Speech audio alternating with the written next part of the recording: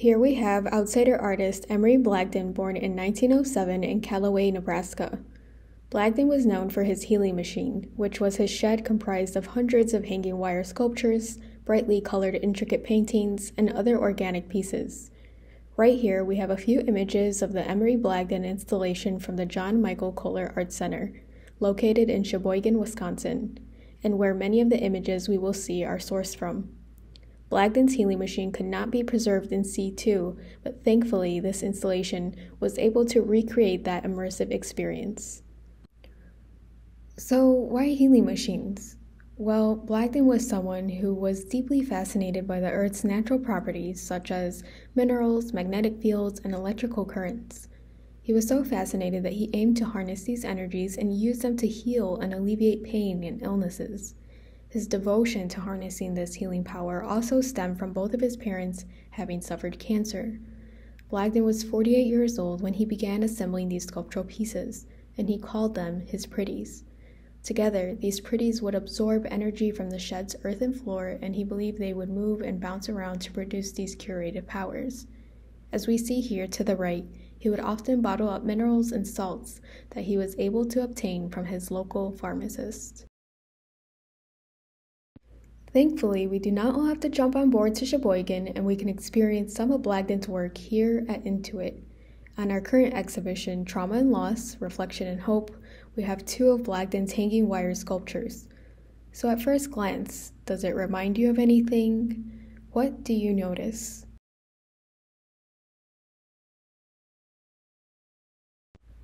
So here we have two closer looks at this piece. Any thoughts on these images? We can see that Blagden tends to overlap wire pieces that create endless landscapes of geometric shapes.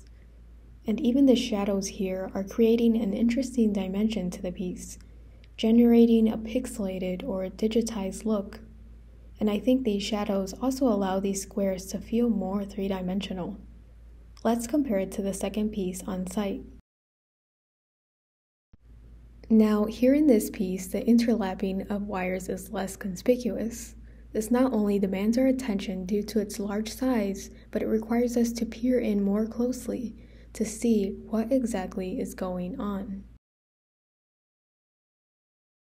So here it is in detail. What do you notice about this piece? Does it offer a different experience or give off a different energy than the previous one? I'd say this one has more organic or natural shapes. We see there are more circles and loops, and pieces hang more loosely at the bottom. And we can see, especially in the shadows again, how these wires appear more delicately bent or curved. What I enjoy most is how busy this piece is. Your eye can keep moving around this complex structure. As we can see by just these two works, Blagden did not have a single vision for the design of these pretties.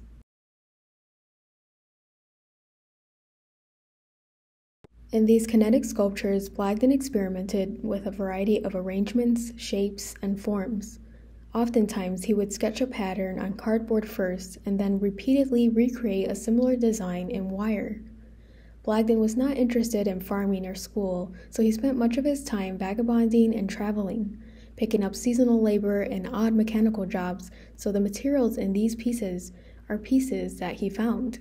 He also used ribbon, magnets, and beads. Here is a detail shot of the third wire sculpture from the last slide. Again, we can really see here how intentional Blagden was with each wrapping of wire, and the various shapes, colors, sizes, and even textures. These next few slides, we're just going to take some closer looks.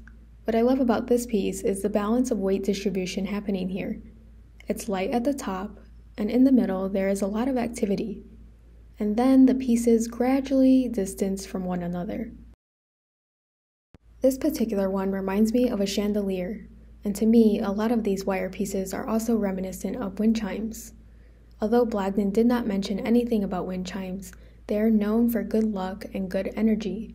This work appears large but light and airy, and the colorful beads give off this warm and vibrant presence.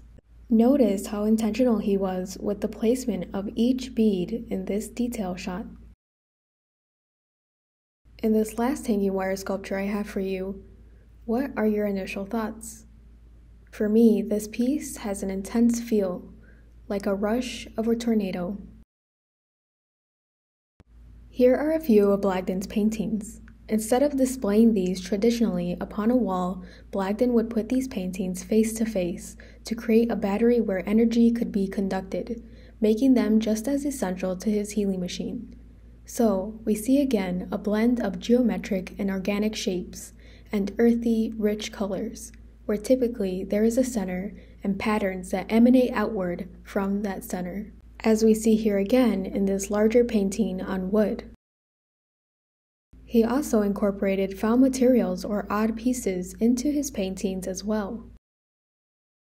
What we can gather from artists like Emery Blagden is that he wanted people to feel this good energy when they went into his healing machines, and to feel connected to the earth and its healing properties. If you're feeling inspired, perhaps ask yourself, what is it that brings you healing? I hope you enjoyed this talk, and thank you.